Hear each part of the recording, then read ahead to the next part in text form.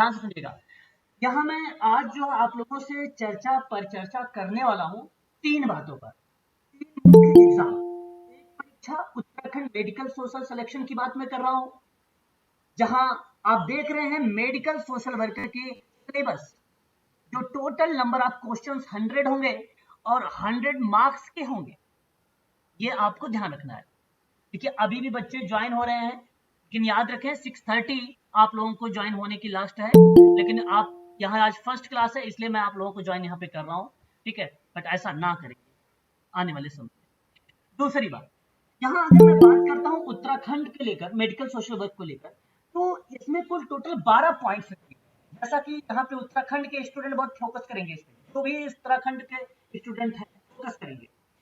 यहाँ पर कुल 12 पॉइंट्स आप देख रहे हैं, ये सिलेबस है बेसिकली उत्तराखंड का ये सिलेबस है। इसमें अगर मैं आपसे बात करूं तो मैंने पहली पॉइंट के अंतर्गत प्रिंसिपल ऑफ सोशल वर्क यानी मेन चीजें मैं बता चुका हूं। अभी आपकी क्लास होने वाली है और इसी पर होगी, आपको मैं बताऊंगा, नोट करिएगा। दूसरी बात, सोशल सर्विस हो चुका है और सोशल वेलफेयर रह गया है। सोशल वेलफेयर की पीडीएफ मैंने ऑलरेडी वैसे तो यहाँ पे ओपन भी कर रखा है, आप जैसा कि स्क्रीन पे देख रहे हैं, समाज कल्याण का अर्थ तो सामने आपके सामने दिखाई दे रहा है। ये उत्तराखंड का पीडीएफ है, मैं इसके बारे में आपसे चर्चा करूंगा। यहाँ उत्तराखंड में आपका ये पॉइंट से स्टार्ट होगी क्लास सोशल। अब ये 2 क्लासेस हो चुकी है। अब इन 2 क्लासों में आज की एक क्लास में अगर जो मैं आप लोगों को देने वाला हूं बहुत इंपॉर्टेंट है, इन्हीं दोनों का मिक्सर होगा, ध्यान से सुनिएगा। और हालांकि ये हो चुका है। अब आगे बात करते हैं, ध्यान सुनिए। ये सिलेबस आप देख रहे हैं यूजीसी नेट का। यूजीसी नेट में 2 पेपर होते हैं, एक पेपर 1 होता है, बात को बड़े ध्यान से सुनिएगा आप सभी लोग। एक पेपर फर्स्ट होता है और एक पेपर 2 होता है। पेपर फर्स्ट जो होता है 50 नंबर का होता है और 50 क्वेश्चन होते हैं, सॉरी 100 नंबर का होता है और 50 क्वेश्चन होते हैं, यानी एक क्वेश्चन 2 नंबर का होता है। वहीं अगर सेकंड पेपर की बात करते हैं तो 100 क्वेश्चंस होते हैं और 2 नंबर का होने की वजह से ये 200 नंबर का होता है। तो कुल टोटल अगर मैं बात करूं 200 नंबर का सोशल वर्क, 100 नंबर का पेपर फर्स्ट, तो मिल जाता है टोटल कुल 300। और निगेटिव मार्किंग 300 नंबर का यहाँ पर अगर हम बात करें तो पेपर आता है और क्वेश्चन जो होते हैं वो 150। तो आपका सोशल वर्क 50 आपका फर्स्ट पेपर। हम बात करेंगे केवल पेपर सेकंड पर, पेपर फर्स्ट पर नहीं बात करेंगे। पेपर फर्स्ट के लिए मैंने आपको बताया भी है कि रिसर्च पढ़ना है तो आप भारत कुमार का पढ़िए, एप्टीट्यूड पढ़ना है तो पार्थ एजुकेशन को पढ़िए, बाकी और भी यूट्यूब चैनल है आप वहां से देख सकते हैं, अदरवाइज वहां से आप पढ़ाई कर सकते हैं फर्स्ट पेपर के लिए। केबीएस मदान की मैंने किताब भी बताई है। लेकिन पेपर 2 के लिए सोशल वर्क की अगर किसी के पास इग्नू की किताब है वही स्टडी करे, कोई अलग की बुक वगैरह ना ले। मैं उनको वो कंटेंट दे रहा हूँ, वहां पे कंटेंट आपको इग्नू का भी मिक्स रहेगा, उत्तराखंड सोशल वर्क का भी मिक्स रहेगा, मतलब किताबों की बात कर रहा हूँ। अलग अलग किताबों से लिया गया नोट्स मैं आप लोगों को प्रोवाइड कराऊंगा, इसलिए मैं कह रहा हूँ कि आप लोग कहीं से कोई किताब लेने की जरूरत नहीं है, ध्यान रखें। तो यूनिट नंबर 1 में अगर आज मैं बात करने वाला हूँ, वो बात करूंगा समाज कार्य की नेचर और उसके विकास, मतलब उसकी प्रकृति सोशल वर्क के उसका विकास कैसा था। तो ये प्रकृति और उसका विकास जो है उत्तराखंड मेडिकल सोशल वर्क में, एक बात ध्यान रखेंगे आप सभी लोग, एमपी सेट का नाम सुना होगा, कुछ बच्चे हमसे एमपी सेट से भी जुड़े हुए हैं। तो एमपी सेट की जो सिलेबस है, मध्य प्रदेश लोक आयोग ने कहा है कि हम यूजीसी सेट के सिलेबस को फॉलो करेंगे। बात को बड़ा ध्यान सुनिए, एमपी सेट के सिलेबस जो है वो यूजीसी नेट का जो सोशल वर्क का सिलेबस है उसी को फॉलो करेगा। इसलिए यहाँ मैं जो चीजें थोड़ा सा समझाऊंगा यूजीसी वाला, वो स्टूडेंट ध्यान रखेंगे कि ये एमपी सेट के भी है। परंतु एमपी सेट वाले स्टूडेंट फैक्ट ज्यादा नोट करेंगे, क्योंकि एमपी सेट टोटली बेस्ड है फैक्ट। तो 100 नंबर के अगर मान लो 100 क्वेश्चन है तो कुल टोटल 5 से 10 ही प्रश्न मिलेंगे अप्लाइड, बाकी 90% आपको प्रश्न फैक्ट मिलेंगे। तो एमपी सेट वाले स्टूडेंट कॉपी पेन साथ में अवश्य रखें।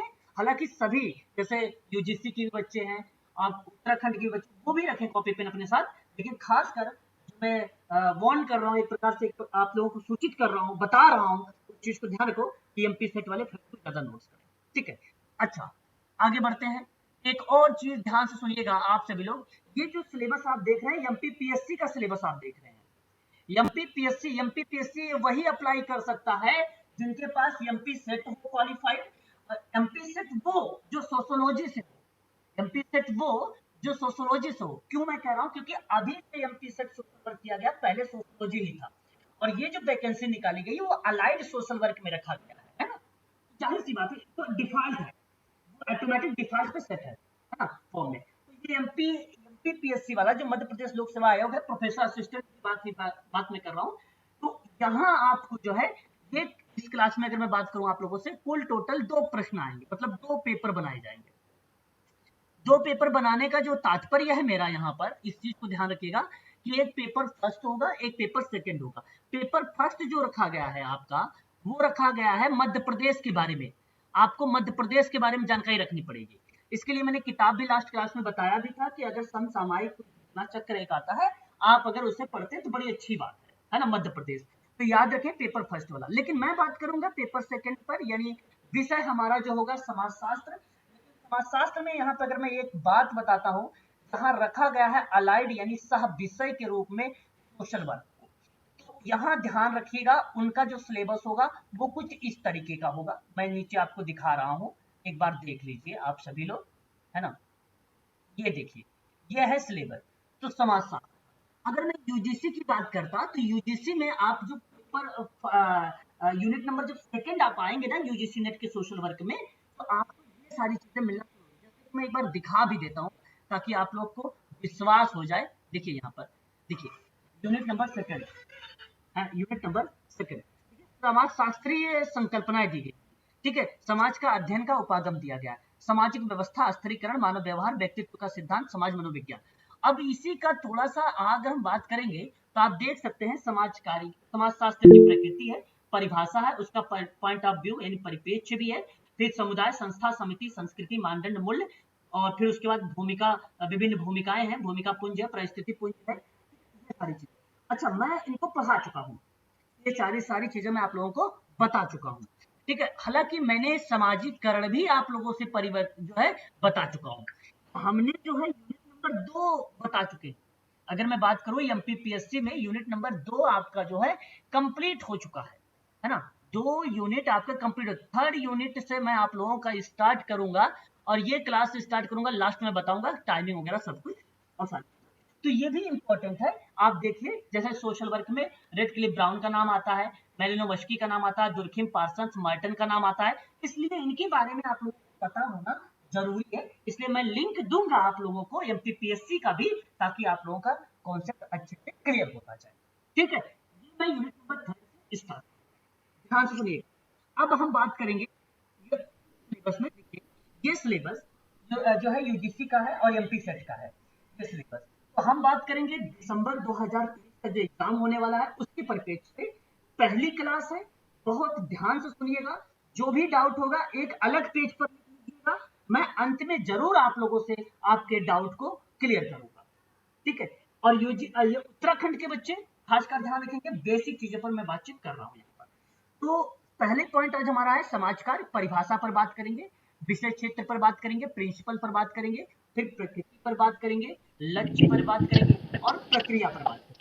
ये सारी सर चीजें एमपीपीएससी का जो सिलेबस है सर वो सेंड कर दीजिए सर व्हाट्सएप में पीडीएफ। हाँ हाँ, सिलेबस मैं आपको जरूर भेज दूंगा, ये सिलेबस आपको भेज दूंगा। ठीक है सर, जी जी सर।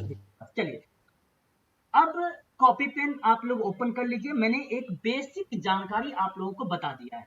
अगर यहाँ तक में किसी को कोई डाउट होगा तो अंत में आप मुझसे पूछ लीजिएगा, मैं आप लोगों को बता दूंगा अभी। ठीक है, चलिए शुरुआत करते हैं, एकदम जीरो लेवल से स्टार्ट करेंगे क्लास को, बहुत ध्यान से सुनिएगा। आप जैसा कि देख रहे हैं ऑनलाइन पेपर होता है यूजीसी नेट का, और एमपी सेट का ऑफलाइन पेपर होगा। ध्यान रखिए एमपी सेट वाले ऑफलाइन यानी ओमार सीट मिलेगी, लेकिन यूजीसी नेट के लिए ओमार सीट नहीं मिलेगी, वो आपको वहां पे डेस्कटॉप वगैरह मिलता है, कंप्यूटर मिलता है, आप उस पर सॉल्व करें। 2 पेपर आते हैं, ऑनलाइन से दोनों होते हैं, 3 घंटे का होता है, 180 मिनट का होता है, ये आप समझ सकते हैं यहाँ पर। और यहाँ देखेंगे तो फर्स्ट पेपर में 50 क्वेश्चन, सेकंड पेपर में 100 क्वेश्चन। सभी प्रश्नों पर 4 ऑप्शन होते हैं, जिनमें से एक ऑप्शन का आपको चुनाव करना पड़ता है, ये बात आपको ध्यान रखना होगा। ठीक है, ये रहा आपका सामने सिलेबस। अब हम बात करेंगे आगे। यहाँ पे शुरू करते हैं क्लास को।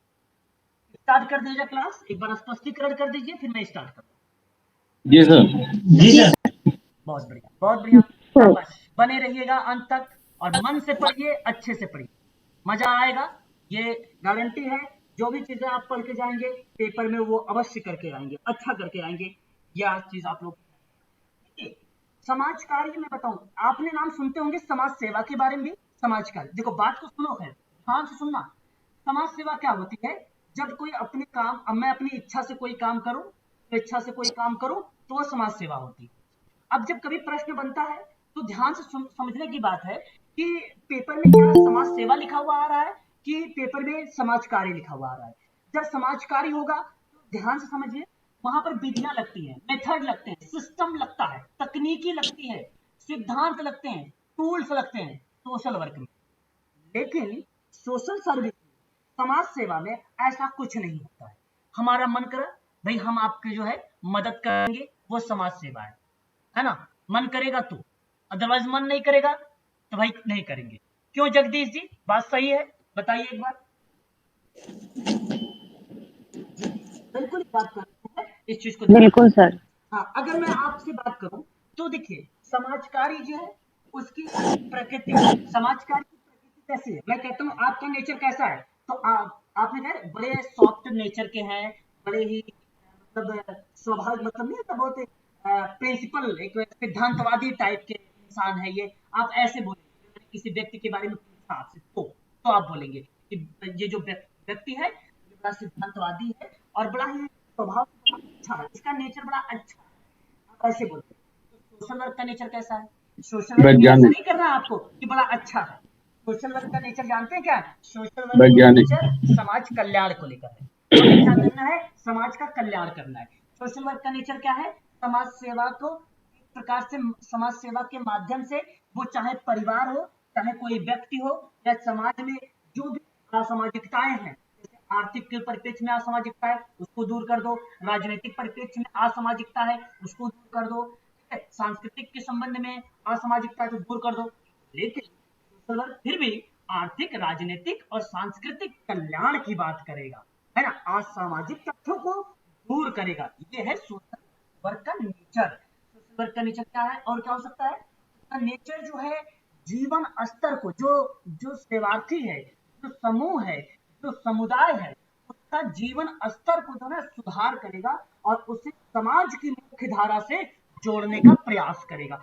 ये है सोशल वर्क। सोशल वर्क करने का एक तरीका होता है, एक टेक्निक होती है, एक मेथड होता है, एक सिस्टम होता है सोशल वर्क करने का। सोशल वर्क जब अपनी इच्छा से करेंगे तो वो सोशल वर्क नहीं होगा, वो समाज सेवा होगी। वो क्या होगा? वो समाज सेवा होगी। इस बात को आप लोग खास कर ध्यान रखेंगे। अब देखिए यहाँ पर एक पॉइंट लिखा गया है, कहा जा रहा है कि समाज कार्य या समाज सेवा एक शैक्षिक और व्यवसायिक विधा है। आपको बता दो, समाज कार्य आप नाम सुने होंगे, अप्लाइड प्रश्न आता है, बेसिकली पूछा जाता है यहाँ पर। ध्यान से सुनिएगा इस बात को। 19वीं शताब्दी में समाज कार्य जो है व्यवसायिक सेवा का रूप ले लिया था, ये बात ध्यान रखिएगा। 19वीं शताब्दी में समाज कार्य व्यवसायिक सेवा का रूप ले लिया था, ये बात ध्यान रखेंगे। एग्जैक्ट अगर वर्ष पूछता है तो आप ध्यान रखें, यहाँ पर अपने इंडिया में 1936 जिस समय Tata institute of social science की स्थापना की, इस बात को आप ध्यान, बट एग्जैक्ट वर्ष के रूप में नहीं आता है, नहीं पेपर में अभी तक पूछा गया है। हाँ, ये जरूर पूछा गया है कि 19वीं शताब्दी में व्यवसायिक समाज कार्य क्या सोशल वर्क आ गया था, तो आप कहिएगा बिल्कुल आ गया था। और खास कर अगर मैं बात करूं, जब किसी व्यक्ति का नाम आए तो एक नाम आता है अब्राहम मैस्लो का, सॉरी क्या नाम था उसका? अब्राहम फ्लेक्सनर का। Abraham Flexner sir. Abraham Flexner का जब नाम आता है तो वो 1915 ही करेक्ट होगा वहां पर उस चीज का, ठीक है। बेसिकली क्या, अब्राहम मैस्लो, अब्राहम फ्लेक्सनर दोनों मैच करते हैं और ज्यादातर हम लोग बोल जाते हैं, बट आप ध्यान रखिएगा, कंफ्यूजन मत होइएगा।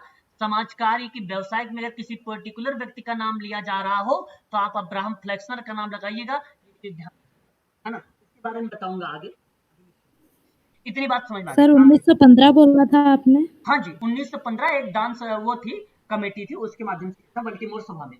हाँ 1915, दैट इज राइट। ठीक है, अच्छा आगे बात करते हैं। फिर कहता है कि जो सामुदायिक संगठन और अन्य विधियों के द्वारा लोगों एवं समूहों के जीवन स्तर को उन्नत बनाने का प्रयत्न करता है।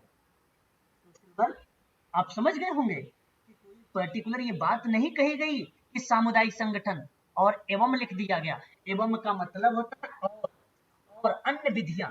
तो मेरा कहने का मतलब आप समाज कार्य की कौन कौन सी विधि होती है, case work, group work, community work. तो हम इन विधियों के माध्यम से इनको भी ज्वाइन इसमें कर लेंगे। ये पर्टिकुलर ये बच्चा नहीं कहेगा कि जो शैक्षिक और व्यावसायिक विधा है वो केवल कम्युनिटी ऑर्गेनाइजेशन में ही।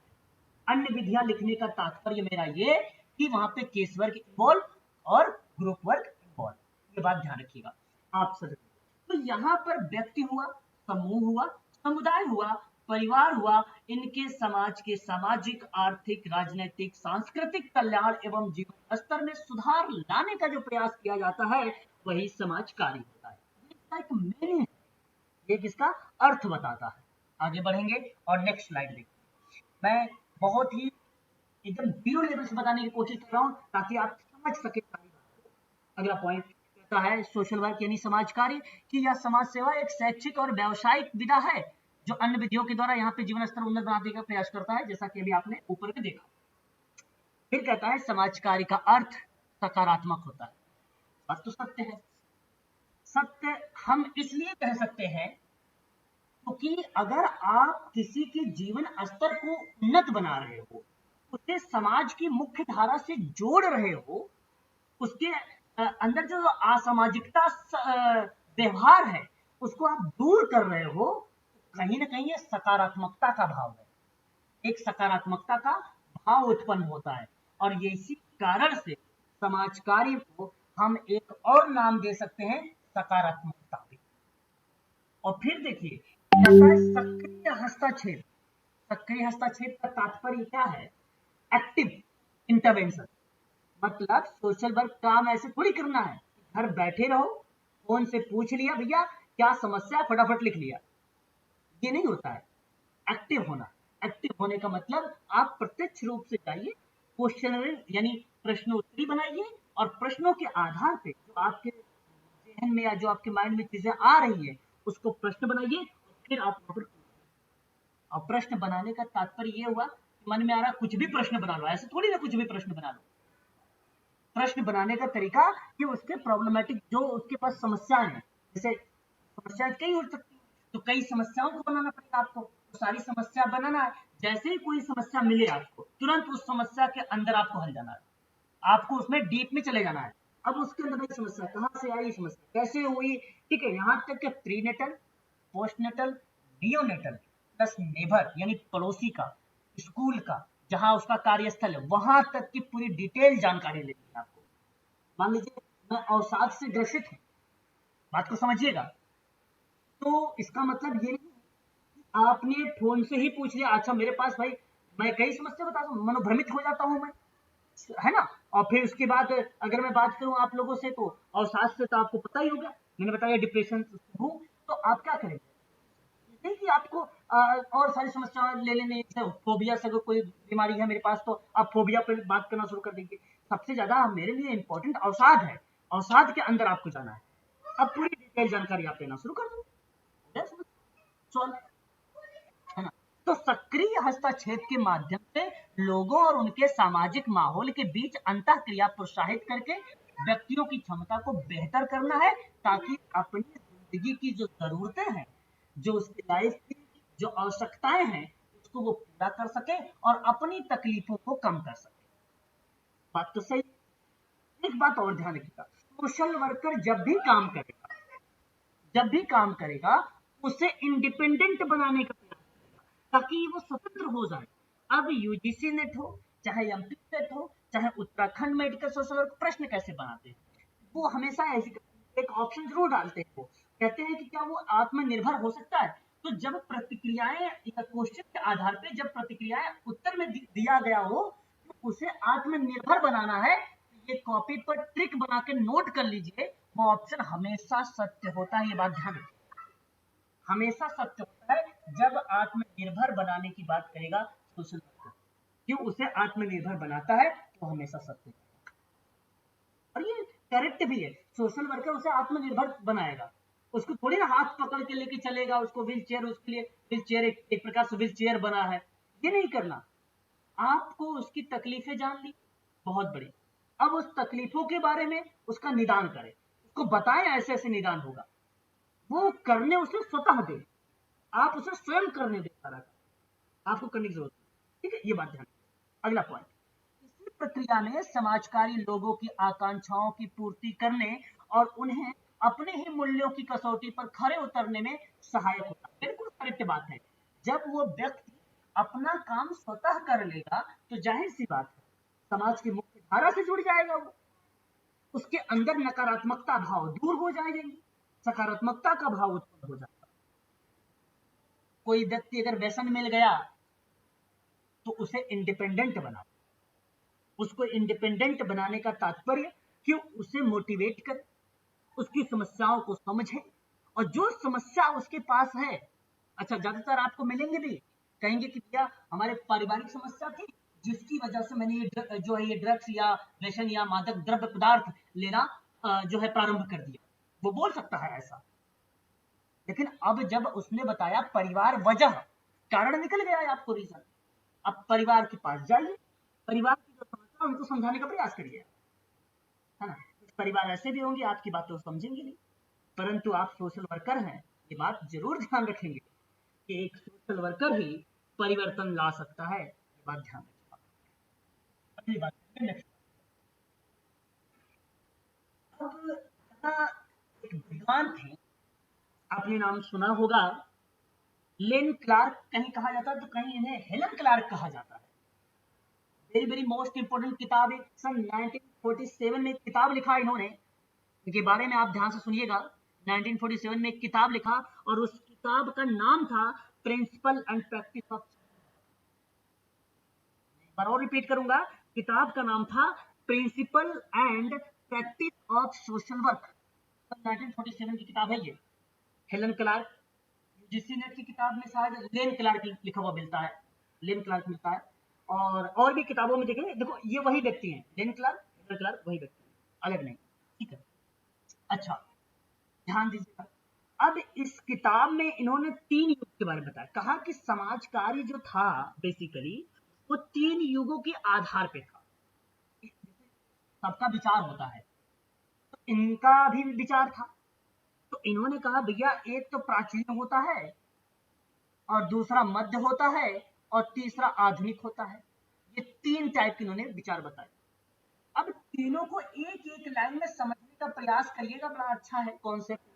जब आप असिस्टेंट प्रोफेसर बने या जब किसी को आप सोशल वर्क के बारे में पढ़ाएं, सर आवाज नहीं आ रही आपकी, आपको भी नहीं आ रही क्या किसी को? क्या मेरी आवाज स्पष्ट नहीं है, एक बार क्लियर करें। आ रही है सर, आ रही आ रही है, शायद आ रही आपका है। कोई इश्यू है मैम, एक बार लेफ्ट करके दोबारा से आप क्लास को ज्वाइन कर लीजिए, आवाज क्लियर हो जाएगी। ठीक है, जी सर, रिक्वेस्ट है थोड़ा सा, ये तो जो इंग्लिश वाला फेज आता है ना सर, मार्क ने 3 युग बताए, और एक का नाम रखा प्राचीन, एक का नाम रखा मध्य, एक का नाम रखा आधुनिक। तो प्राचीन उन्होंने कहा कि भाई व्यवसायिक समाज कार्य से भिन्न था। अच्छा, मैंने ऐसा क्यों बोला, मैंने इसलिए बोला कि व्यवसाय समाज कार्य तो 19वीं शताब्दी में आई, तो प्राचीन समय की बात हो रही है। आज के समाज कार्य से जो प्राचीन समाज कार्य था वो डिफरेंट था, अलग था, भिन्न था वो। अच्छा, किस रूप में भिन्न था? उस समय लोगों को, जैसे लोग क्या, निर्बल, निर्धन, अपाहिज, रोगग्रस्त, अनाथ, वृद्ध, निराश्रित व्यक्ति, जिसको हम बोलते हैं दिव्यांग, है ना। आज के समय में दिव्यांग शब्द नरेंद्र मोदी जी ने दिया 2015 में, दिव्यांग शब्द याद रखिएगा, मन की बात में कहा था दिव्यांग शब्द। तो दिव्यांग बोला गया, उन लोगों को क्या किया जाता था, उनकी सहायता कर देते, तो उनकी जब सहायता हो जाती थी ना, तो उनको बोलते थे कि हमने हमारा धर्म है कि हमें दूसरे की मदद करनी चाहिए। तो वो लोग नहीं कहते थे कि भैया ये सब, वो लोग कहते थे, सॉरी ये नहीं कहते थे ये लोग सोशल सर्विस है, कहते थे ये लोग सोशल वर्क है, समाज कार्य है। परंतु प्राचीन में एक बात ध्यान रखिए, धार्मिक कर्तव्य समझते थे, ये बात समस्याग्रस्त व्यक्तियों की सहायता कर देते थे, दया दिखा देते थे। और ये भाई आपके पास है, अच्छा ये समस्या थी, ऐसा तो नहीं होना चाहिए था। तो इसको बोलते थे समाज कार्य हो है, दया दिखा देना, सहानुभूति दिखा देना।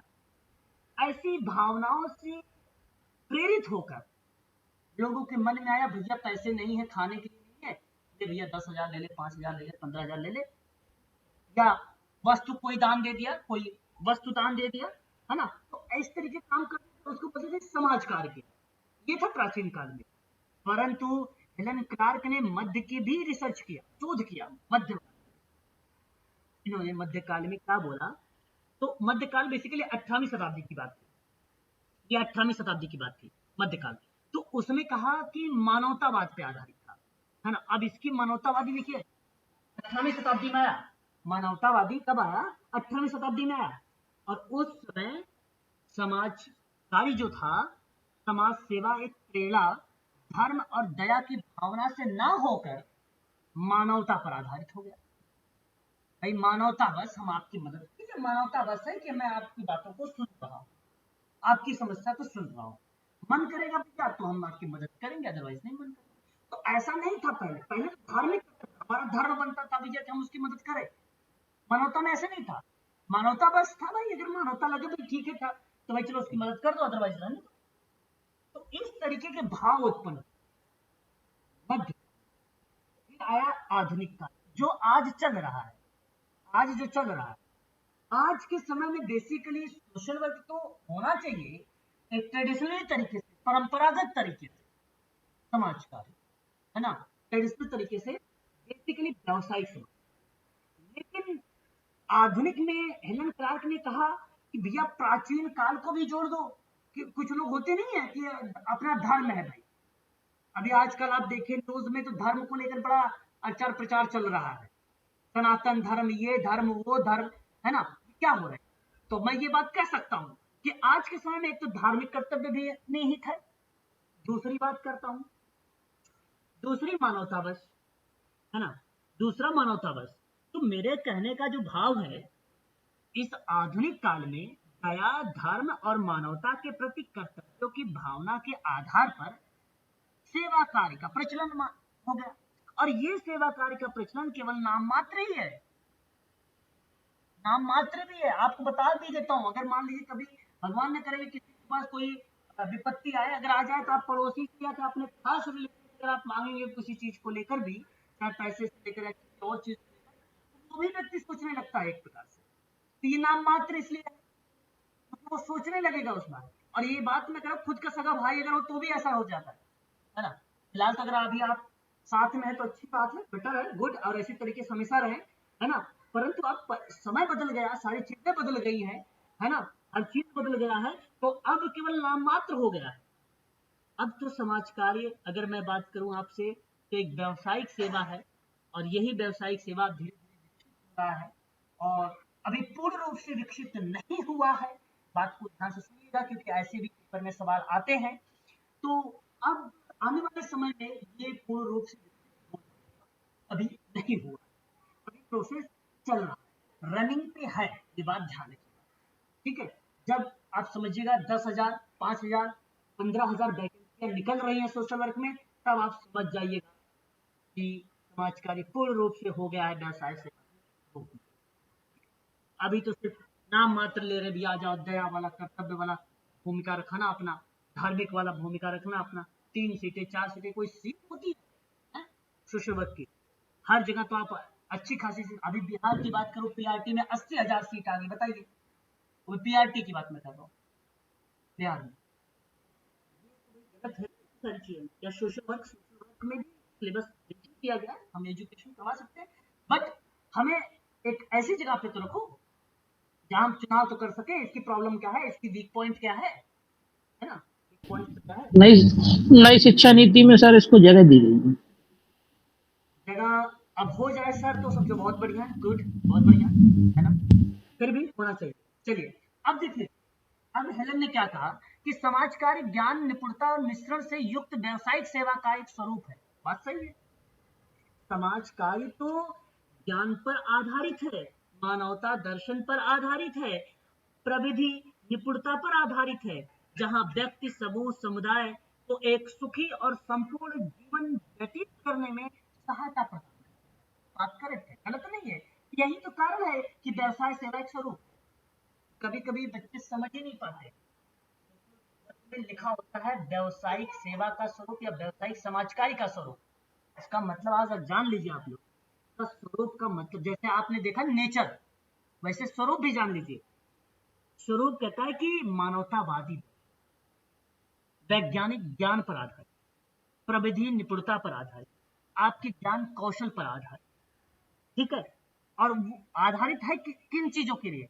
एक व्यक्ति है, समूह है, समुदाय है, उनको एक सुखी और संपूर्ण जीवन व्यतीत करने में सहायता देता है, ये इसका स्वरूप है।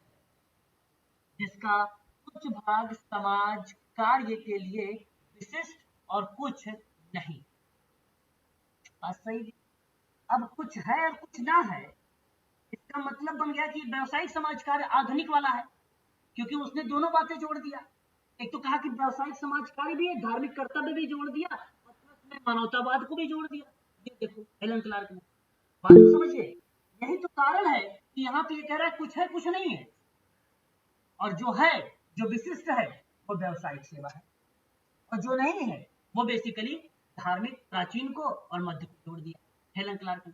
आगे कहता है कि वह एक और व्यक्तियों को सामाजिक परिवेश की समस्याओं को संतुष्ट करने में सहायता होती है, और दूसरी ओर जो है जहां तक संभव हो सके व्यक्तियों की शक्ति के अनुसार अधिकतम संतुष्टि के मार्गदर्शन उपस्थित करके व्यवधानों को दूर करने का प्रयत्न। कीवर्ड है, कीवर्ड ये है हेलन क्लार्क की परिभाषा में कि कार्य विशिष्ट है और कुछ कार्य विशिष्ट नहीं। और विशिष्ट होने का रीजन बता देता हूं, व्यवसायिक सेवा है।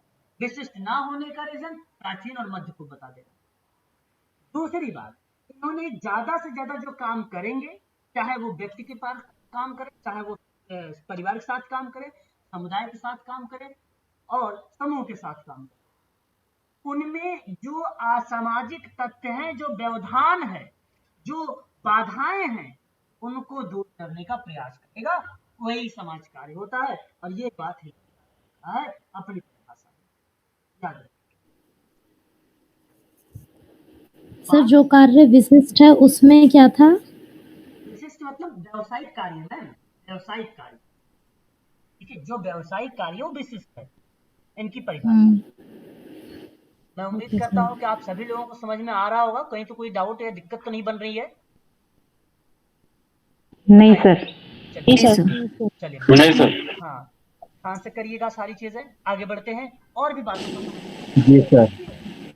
सब चीजों को आप समझेंगे ना, तो आप ऑटोमेटिक सारी चीजें क्रैक करेंगे। यही तो बेसिक है सोशल वर्क का, यही बेसिक, यही जीरो लेवल है। वाल्टर एंड्रियास फ्रीडलैंडर, बहुत very very most important person, और इस विद्वान से यानी इस व्यक्ति से ऐसा कोई भी व्यक्ति नहीं होगा इस क्लास में जो इनसे रूबरू ना हो। है कोई बच्चा? सर मैं ओके चलो कोई बात नहीं, फिर तो मैं आपको बता देता हूँ। ध्यान से सुनिएगा मैडम, ये बात वाल्टर एंड्रियास फ्रीडलैंडर की बात है, और इन्होंने जो सोशल वेलफेयर में काम किया ज्यादातर, और इनका जो सोशल वेलफेयर का कार्यकाल था वो 1891 से लेकर यानी 1891 से लेकर 1984 के बीच था। और भूमिका क्या था इनका, ध्यान रखेंगे, सोशल वेलफेयर, ठीक है, वेलफेयर, ये रही इनकी खासकर भूमिका इन चीजों में। लेकिन जब हम इनके बारे में बात करते हैं या इनकी परिभाषा पर बात करते हैं, तो इनकी खासकर परिभाषा जो आती है कि भाई समाज कार्य एक विज्ञान और एक कला है। एक लाइन में बोल दो, हो गया समाज कार्य की परिभाषा। क्लियर है? नो डाउट, इस तरीके से आप बोल। समाज कार्य में अगर मैं आपसे बात करूं, मानवीय संबंधों पर इन्होंने ज्यादा बल दिया। कहा कि वैज्ञानिक ज्ञान और कौशल पर आधारित एक ऐसे व्यावसायिक सेवा है जो व्यक्ति को अकेले, समूह में, सामाजिक और व्यक्तिगत संतुष्टि और स्वतंत्रता प्राप्त करने में सहायता करना। इनका बेसिकली इस तरीके का मोटो बना। फिलहाल आप इनके एक दो किताबें हैं, बड़ी फेमस किताबें हैं, उनको आप थोड़ा सा नोट कर लीजिए, समझ लीजिए। एक किताब का नाम था इनके introduction to social welfare, 1980 1980। Clear हुआ? देखिए मैं लिखवा भी रहा हूं आप लोगों के साथ साथ। क्लियर हुआ? बोलिए। जी सर, जी सर। सर एक बार रिपीट कर देंगे, सॉरी। इंट्रोडक्शन टू, लिखा हुआ देखो स्क्रीन पर, introduction to social welfare 1980 1980। Sir एक चीज कि आपने जब स्टार्टिंग में बुक्स लिखाई थी ना उत्तराखंड के फर्स्ट क्लास में, तो उसमें सर सन अलग लिखा है, 1963 लिखा है। ये इसका इंट्रोडक्शन टू सोशल वेलफेयर का? जी सर। नहीं, ऐसा तो नहीं हो सर।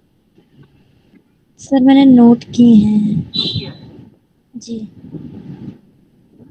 इसको फिर 1980 कर लीजिए, 1980 कर लीजिए। Okay sir. 1980 कर लीजिए। जी। और एक और किताब है, आप इसे भी देख सकते हैं, उस किताब का नाम भी नोट कर सकते हैं। एक किताब और इनका है, concept and method of social work, 1958। 1958। चलिए, क्लियर हुआ? Yes sir. जी सर। तो इनकी दो किताबें और एक है परिभाषा, समाज कार्य, कला और विज्ञान दोनों है। किसने बोला है? तो मैं आशा करता हूँ तीनों बातें समझ में आ गई होगी। अब देखो, जो आपने कला और विज्ञान समझा ना, वही परिभाषा ये है, जरा समझिएगा अच्छे से। समाज कार्य वैज्ञानिक ज्ञान एवं मानवीय संबंधों पर निपुणता पर आधारित है और एक व्यावसायिक सेवा है जो व्यक्तियों को अकेले और समूह में सामाजिक और व्यक्तिगत संतोष स्वतंत्रता प्राप्त करने में सहायता करता है। विज्ञान कैसे? विज्ञान आपको ये ध्यान रखता है, आप जानते हैं कि जब भी सोशल वर्क में वैज्ञानिक विधि यूज होती है, वैज्ञानिक विधि आप कह लीजिए, जब यूज होती है तो ऐसी कंडीशन पर हम उसे विज्ञान कहते हैं। और विज्ञान का मतलब ये होता है सुव्यवस्थित ढंग से, क्रमबद्ध तरीके से किसी चीज का अध्ययन करना, किसी चीज का अध्ययन करना, वही वैज्ञानिक विधि आप कह सकते हैं, वैज्ञानिक ढंग कह सकते हैं, विज्ञान कहते हैं। तो इसलिए उन्होंने कहा कि समाज कार्य विज्ञान है। अच्छा, कला क्या है? कला का मतलब हुआ एक आर्ट, मतलब मानवीय संबंधों पर निपुणता पर आधारित। मतलब आपने क्या किया, तो समस्या देखा कि टाइप की समस्या है, आपने तुरंत इंप्लीमेंट कर दिया, आपने वहां पर लगा दिया, आपने अनुभव का प्रयोग करने लगा, आपने कौशलों का प्रयोग करने लगे, आप अपने ज्ञान का प्रयोग करने लगे। यही कारण है कि ये मानवीय संबंधों पर निपुणता पर आधारित है ना। कभी कभी जब हमें डेटा नहीं मिलता है तो हमें उसके साथ घनिष्ठ बनना पड़ता है। अब अगर घनिष्ठ नहीं बनेंगे, अकड़ में जाएंगे, अरे डेटा देगा तो ठीक है, नहीं देगा तो कोई बात नहीं, तो नुकसान तो आपका हुआ। इसलिए जितने अच्छे तरीके से आप, प्रोफेशनली तरीके से आप बात कर लेंगे, है ना, उतना बेटर। क्यों भाई? सही बात है, बताइए, ठीक है ना? जी सर। जी सर। Yes sir. हाँ, यस सर। तो ये चीज होती है, इस चीज को आप। अब आगे देखिएगा, यहाँ देखिए आप लोग परिभाषा, बच्चे ने क्या कहते हैं इंग्लिश में देख लीजिएगा, वही परिभाषा यहाँ पर मेंशन की जा रही है जो सोशल वर्क कहता है आपको कि वैज्ञानिक ज्ञान और प्रविधि निपुणताओं पर आधारित है। उसी पर आपको ये बताइए। आगे बढ़ेंगे और एक परिभाषा देखेंगे महोदय के बारे में। इंपॉर्टेंट पर्सन स्टुप है, कम नहीं है सोशल वर्क में, लेकिन हाँ, ये जब भी आते हैं स्टुप महोदय, अगर मैं आपसे बात करूं, वो अपना केवल किताब के बारे में लेकर आते हैं। जब भी ये आते हैं स्टुप जी, वो बुक के बारे में चर्चा करते हैं। सॉरी परिभाषा के बारे ग्रुप में में इनका योगदान।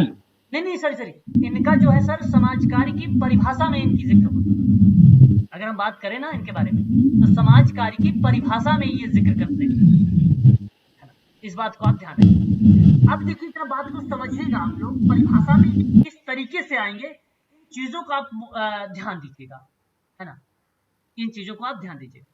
चलिए अब देखिए परिभाषा में कहता है कि समाज कार्य में आत्म सहायता करने हेतु लोगों की सहायता करना। बात तो सही है। समाज कार्य का मतलब हुआ कि एक प्रकार से कि आप उसे इंडिपेंडेंट बात करें, उसको इंडिपेंडेंट बनाना है और लोगों की सहायता करने की वैज्ञानिक ढंग का प्रयोग करना है, जहां व्यक्ति आएगा यानी केस वर्क, जहां समूह यानी ग्रुप वर्क और कम्युनिटी जहां पे समुदाय की आवश्यकताओं को प्रभावित करने हेतु विभिन्न संसाधनों को जुटाने की कला होती है। कहने का मेरा तात्पर्य या मेरा भाव ये है आप लोगों से कि समाज कार्य जब आप चाहे केस वर्क पे करें, चाहे आप ग्रुप वर्क पे करें, चाहे आप कम्युनिटी वर्क पे करें, उनकी आवश्यकता को समझिए और आवश्यकता को समझकर वहां पे संसाधन को लाइए, रिसोर्सेज लाइए, और जब संसाधन आएगा ना वह समझ जाइएगा कि इसकी परिभाषा है, आपका वो करेक्ट हो जाएगा। नो इशू, कोई दिक्कत नहीं, पक्का बता रहा हूं। तो नोट कर लीजिए आप लोग ये नाम स्टुप महोदय का, और स्टुप महोदय का जब नाम आए तो आप करेक्ट कर दीजिए, कोई दिक्कत नहीं होगी। आप स्पष्ट हो गया? एक बार क्लियर कर दीजिए। इनका नाम पूरा स्टूप ही है या आगे पीछे कुछ और भी आता है? इनका नाम तो बेसिकली स्टुप से ही आता है, स्टुप से आता है। एक पूरा नाम मुझे भी इनका पता है, हमने कभी के बार उतना वो नहीं इम्पोर्टेंट, बट इस संसाधनों को जुटाने के लिए स्टुप एक बार आया हुआ था सोशल वर्क में, केवल स्टुप ही लिखा हुआ था, आगे पीछे के नाम। हाँ, वाल्टर एंड्रियास फ्रीडलैंडर में WA आगे भी आ सकता है, पीछे भी आ सकता है। रिसर्च की किताब में देखेंगे तो WA लास्ट में आता है ना। और हम जब उसमें एक किताब की बात करते हैं कि ये किताब किसने किया है, ठीक है, उसके पार्टिकुलर में बुक वगैरह में या परिभाषा वगैरह में, तो WA पहले आ जाता है, तब WA पहले आ जाता है जब कोई परिभाषा पूछ रहा हूँ, कोई किताब पूछ रहा हूँ तब। और कोई अगर रिसर्च पॉइंट में आता है, शोध करने के पॉइंट में आता है, तब वो लास्ट में, है ना। आगे देखिए स्टुप की परिभाषा यहाँ पर आपको क्लियर हो गई। आगे देखिए एलिस चेनी, वेरी वेरी मोस्ट इंपॉर्टेंट नाम। एलिस सोशल वर्क में सन 1926 के दौरान 1926 में इन्होंने समाज कार्य को एक प्रकार से परिभाषित तो किया, परंतु इन्होंने ऐच्छिक शब्दों से शामिल किया। मेरे कहने का जो तात्पर्य है कि किसी भी जीविका को हम व्यवसाय की संज्ञा तभी दे सकते हैं, समझिएगा बात को, किसी भी जीविका को हम व्यवसाय की संज्ञा तभी दे सकते हैं जब वह ज्ञान और विज्ञान पर आधारित हो और व्यवसाय के अन्य सभी गुणों पर उस जीविका में विद्यमान हो। मेरे कहने का तात्पर्य कि समाज कार्य कहता है कि ऐसी आवश्यकताओं को जो सामाजिक संबंधों से संबंधित है और जो वैज्ञानिक ज्ञान और ढंग का उपयोग करती है के संदर्भ में, यानी पॉइंट ऑफ व्यू में, उसके परिप्रेक्ष्य में, ठीक है, लाभों का प्रदान करने के लिए सभी ऐच्छिक प्रयास शामिल। मैंने कहा केस वर्क कर रहे हो, ग्रुप वर्क कर रहे हो, कम्युनिटी वर्क कर रहे हो, सपोज मैंने एक एग्जांपल दे रहा हूं, कर रहे हो आप, और ऐसी कंडीशन पर आपने जब ये काम करना शुरू किया तो वहां पर ऐसे थोड़ी उटपटांग काम करेंगे, आप कोई सिस्टम से करेंगे, वैज्ञानिक ढंग, वैज्ञानिक तरीके से करेंगे। एक सिस्टम होता है, एक तरीका होता है, क्रमबद्धता से आप करेंगे किसी समस्या का समाधान, ठीक है। और फिर उसके बाद वहां पर जब आप इस तरह की क्रमबद्धता का प्रयास किया आपने, तो वो केस वर्क में उसको ऐच्छिक प्रयास किया, क्या हुआ, उसको समाज की मुख्य धारा से जुड़ सके वो व्यक्ति। समूह कार्य में आपने वैज्ञानिक ढंग से प्रयोग किया, इसलिए प्रयोग किया कि ऐच्छिक प्रयास। देखो एक अनैच्छिक होता है, एक ऐच्छिक होता है। जब आप सिस्टमैटिक ढंग से कोई काम करेंगे ना तो वहां पे ऐच्छिक प्रयास ऑलरेडी शामिल है, ये बात ध्यान रखिएगा। ये नहीं कि ऐच्छिक प्रयास बनाया जा रहा है, ऑलरेडी प्रयास शामिल है। अच्छा, कितने लोगों को पता है ऐच्छिक प्रयास और अनैच्छिक प्रयास? अगर डाउट है तो मैं बता दूं। सर डाउट है सर, ऐच्छिक और अनैच्छिक वाला नहीं पता। बिल्कुल, चलो मैं बताऊं, आप समझिए मेरी बात को समझिएगा। देखिए सर, ऐच्छिक का मतलब वो ये होता है कि कोई काम मैं अगर आपको करवा रहा हूं, जैसे एक एग्जांपल देता हूं, सिंपल एग्जांपल। आपने किसी आप लोगों में से कोई बच्चा देखा सीरियल वगैरह, जैसे चंद्रगुप्त का एक मौर्य सीरियल आता था, आपने देखा है? जी सर। अच्छा, जितने लोगों ने देखा भाई, जी सर। जितने लोगों ने नहीं देखा मैं बताता हूँ, इसे समझने का प्रयास करिएगा। उसमें चंद्रगुप्त को जो है कौटिल्य ने शिक्षण प्रशिक्षण दे रहे थे। तो पता शुरुआत में जैसे ना उस ट्री से कोई पत्ती गिर रहा था तो उसको कैच कर रहे थे, बट चंद्रगुप्त को लगा कि भाई ये कौन सा काम होता है, कोई टास्क नहीं है, बट उनकी वो एजुकेशन दी जा रही थी, मतलब एक प्रकार से उनको ट्रेन किया जा रहा था वही समय से, उसी समय से, है ना, उसी समय से उनको ट्रेन किया जा रहा था। और भी जैसे और भी कोई काम हो रहा है, जैसे किसी चीज को सामान को उठा कर लेकर आना, तो वो एक्सरसाइज करवाना, तो मतलब वो एक्सरसाइज हो रहा है, मतलब एक काम तो हो रहा है, उसके साथ साथ दूसरी चीज भी डेवलप हो रही है, उसके अंदर दूसरी स्किल भी डेवलप हो रही है। ऐच्छिक का मतलब ये हुआ कि मैं कोई काम आपके साथ कर रहा हूँ, ठीक है, और पॉजिटिव में कि मैं आपको सुधार करूँ।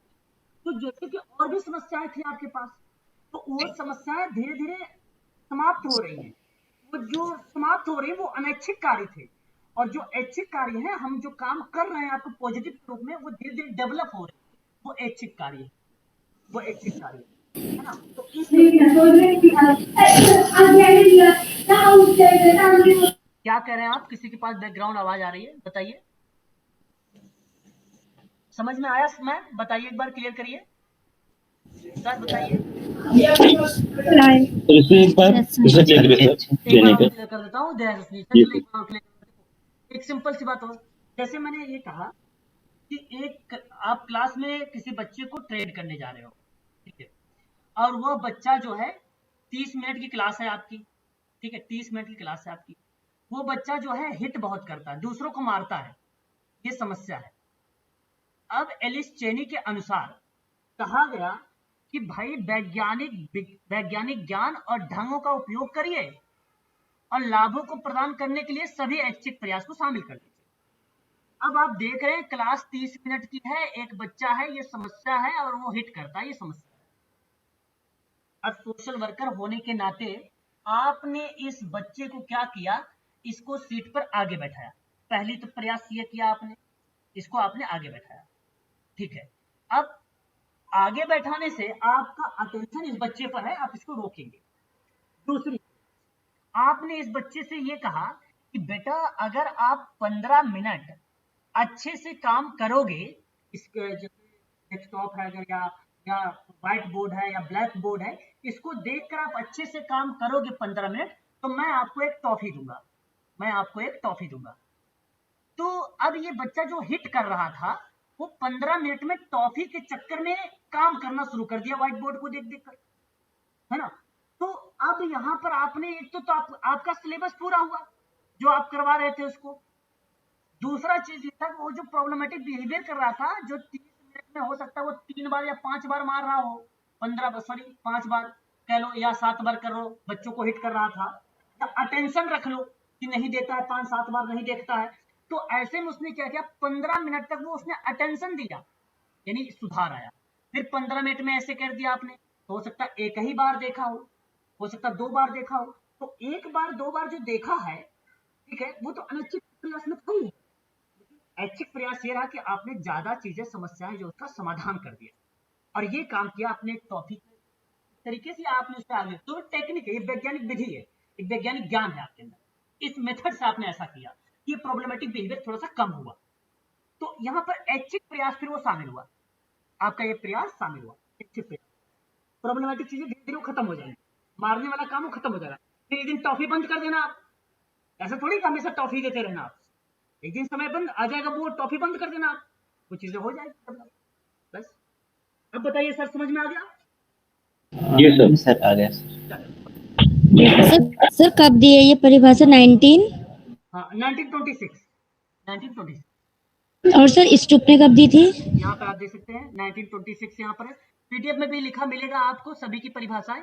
1960 स्टूप का, 1960 जो है स्टूप का, फ्रीडलैंडर का 1951, फ्रीडलैंडर की, है ना, सबकी परिभाषा मिलेंगी, ठीक है, वर्ष के साथ। बट परिभाषा ये नहीं पूछा था कि ये परिभाषा कौन से वर्ष में आया है, पता चले आप लोग इसी को रट्टा मार रहे हो।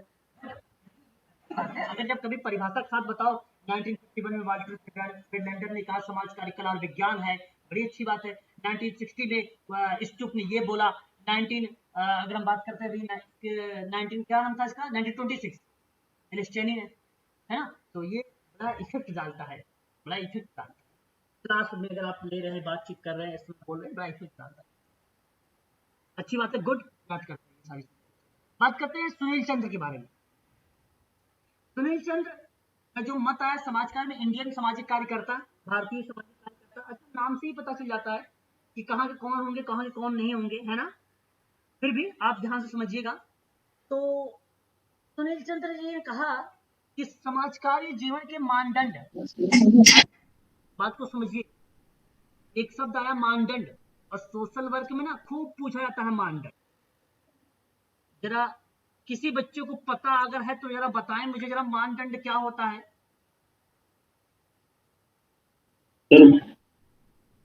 वैल्यूज। और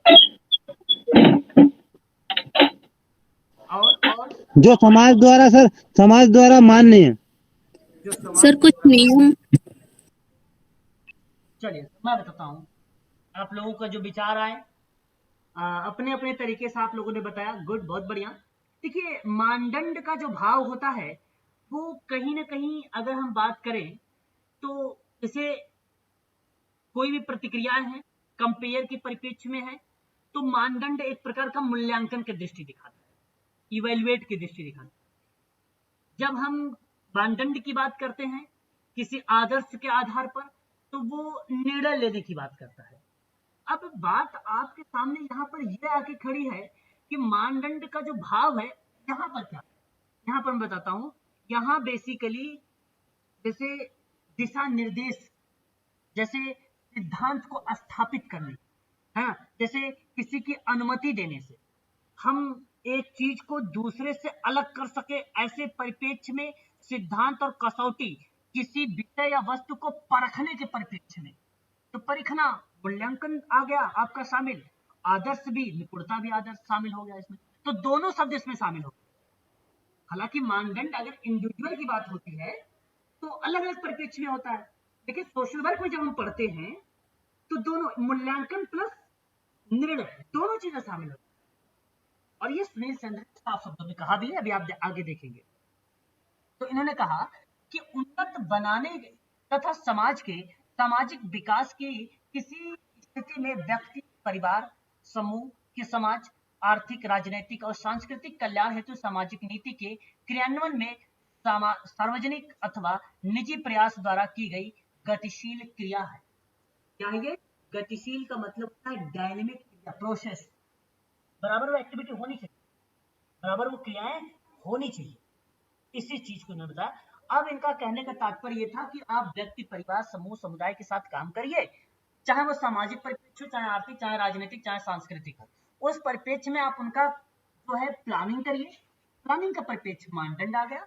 जहां पे क्रियान्वयन हेतु सार्वजनिक और निजी प्रयास की बात आ रही है, उस परिप्रेक्ष्य में आप मूल्यांकन भी करेंगे। ऐसा नहीं कि आपकी मूल्यांकन नहीं करें, उससे जो है व्यक्ति कितना सुधरा, कितना नहीं सुधरा, ये आपको मूल्यांकन से पता ही चलेगा उसने कितना सीखा, कितना नहीं सीखा, ये चीजें। तो ये चीजें इसमें शामिल हो गई, जहां ये बताता है क्रियान्वयन में सामाजिक, सार्वजनिक अथवा निजी प्रयास, ठीक है, और बताया जा रहा है कि ये डायनेमिक क्रिया, और ये प्रतिक्रिया चलती रहती है, चक्र में होता रहता है।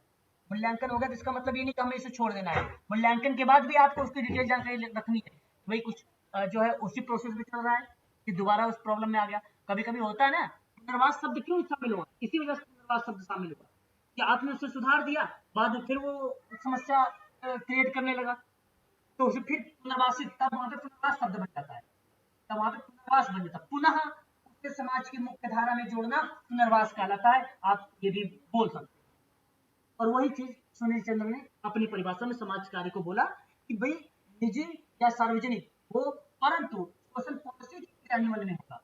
सोशल पॉलिसी मतलब सामाजिक नीति बनाई जाएगी, माध्यम से काम किया जाएगा, चाहे वो सार्वजनिक हो या निजी, है ना, ध्यान रखिए। पॉलिसी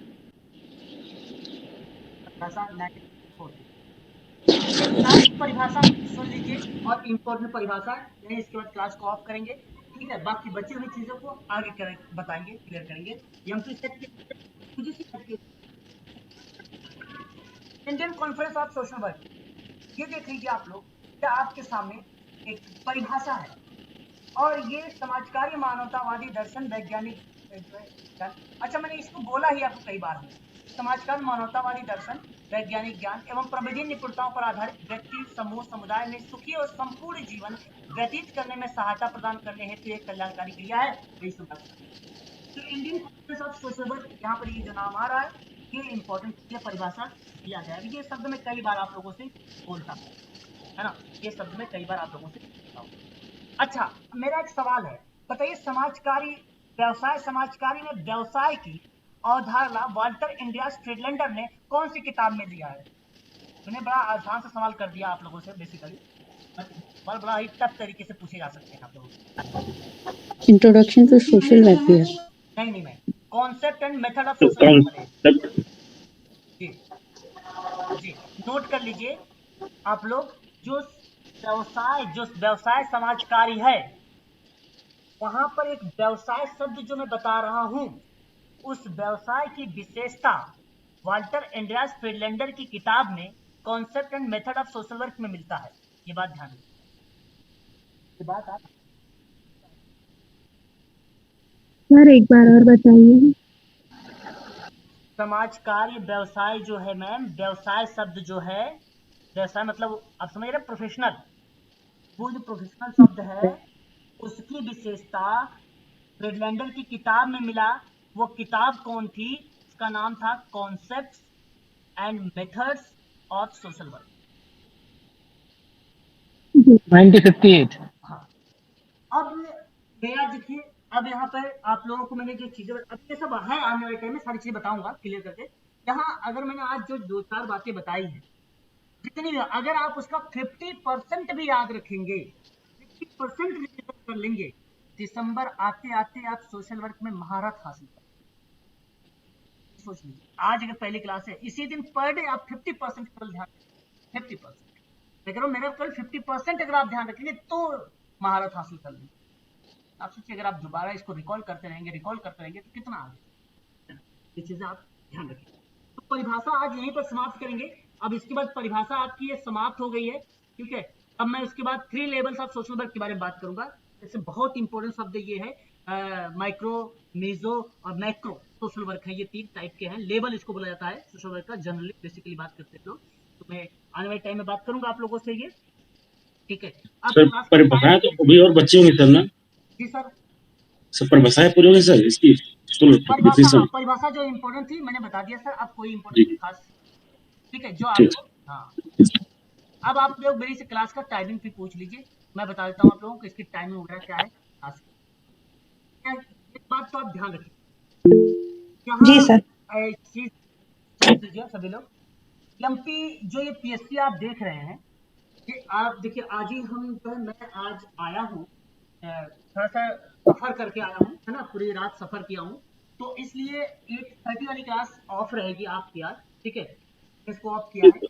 कल आपको बताता हूँ, एक क्लास आपकी 6:30, और ये जो 6:30 क्लास रहेगी ये एमपी पीएससी की रहेगी, एमपी पीएससी की क्लास रहेगी ये 6:30, और 8:30 वाली आपकी जो क्लास रहेगी वो UGC net plus MP set की क्लास है, ठीक है, प्लस एमपी सेट की क्लास रहेगी 8:30 वाली, ठीक है। और अच्छा, ये दोनों इंपॉर्टेंट क्लास है सोशल वर्क की, तो पढ़ना आप पढ़ते जाइए, सोशल वर्क के बारे में कोई कहीं से भी पढ़ा है इसको पढ़ लीजिए ना, वो इम्पोर्टेंट है। अब बात आती है उत्तराखंड मेडिकल सोशल वर्क, ठीक है, उत्तराखंड मेडिकल सोशल वर्क की। मैं बेसिकली इस क्लास को आगे बढ़ाना चाहता हूँ शाम की टाइम में, इवनिंग टाइम में, ठीक है। तो अभी जो क्लास कल आप लोगों की जो चलने वाली है वो मैं चलाऊंगा आप लोगों की 3:30 करूंगा, 3:30 शाम को, ठीक है, 3:30 बजे। अभी निश्चिंत रहिए, ठीक है, इसमें कुछ बच्चे ऐसे भी हैं जो जॉब वाले भी हैं, है ना, और भी हैं जो काम वाम करते हैं ऐसे समय पर। मैं आप सबसे कहूंगा कि ग्रुप में एक बार मैसेज डाल दीजिए, आप क्लास का कितना टाइमिंग रखना चाहते हैं, समय कौन सा रखना चाहते हैं। किसी से कोई भी बहस, आप लोग एक बार सुन लीजिए मेरी बात, किसी बच्चे से कोई भी बच्चा बहस नहीं करेगा, अपने विचारों को आप रख सकते हैं, ठीक है, आप अपने विचार रख सकते हो कि टाइमिंग ये होनी चाहिए उत्तराखंड की। तो मैं जब देखूंगा जनसंख्या ज्यादा जिस नंबर पर जा रही है, मैं वही आपको फॉलो करूंगा, ठीक है। बेसिकली मैं ये रखा हूँ केवल 3 जून तक, और नहीं तो उसके बाद मैं यहीं पर एडजस्ट करूंगा। 6:30 वाली क्लास को 6 कर दूंगा, ठीक है, 6 से करूँ। बाकी ये मैं बात की बात बताऊंगा, ये मैं बात बताऊंगा आपको, ठीक है। पहले आप लोगों को मैं राय जान लूँ, फिर उसके बाद तो मैं अपनी राय रखूंगा, ठीक है। मैं अपनी राय जो भी आपके मन में आता है, इधर टाइमिंग चाहे मॉर्निंग आ रहा हो, आफ्टरनून आ रहा हो, जो भी आ रहा हो, आप ग्रुप में डालिएगा मैसेज। वो भी खासकर उत्तराखंड वाले ग्रुप, यूजीसी के बच्चे के लिए जरूरी नहीं है, एमपी सेट वाले बच्चे और एमपीपीएससी वाले बच्चे इसमें कोई इंटरफेयर नहीं करेंगे। केवल उत्तराखंड के जो ग्रुप बनाया गया है उनमें बच्चे ये करेंगे, बस उन ग्रुप में मैसेज डालेंगे। बाकी और ग्रुपों की यहाँ पर कोई भूमिका नहीं है, उनकी क्लास ये उसी समय उनकी क्लास चलाई जाए, ठीक है, उसमें कोई परिवर्तन नहीं होगा, ये बात ध्यान रखिए। सर 3:32 कितने बजे तक एमपीएससी का तो सिलेबस डाल दीजिए सर। हाँ, सिलेबस वगैरह मैं सब डाल देता हूँ आप लोगों का अभी, ठीक है, सारा कुछ मैं आपको डाल देता हूँ। क्लासेस आपकी एक क्लास हो चुकी है कल, अब आपकी क्लास दूसरी कॉपी नहीं ले लीजिए, पेन ले लीजिए, नोट्स बनाइए, सारी चीजें करिए और ध्यान से पढ़िए। दिसंबर आते आते अच्छा नंबर ले आओगे, मैं दावा करता हूँ सर, आप बात अच्छा आप पढ़ाई करना देता हूँ। सर मैं भी एक सर, बात प्रीवियस का पेपर में जो बोलता 20 से लेके 22-23 तक का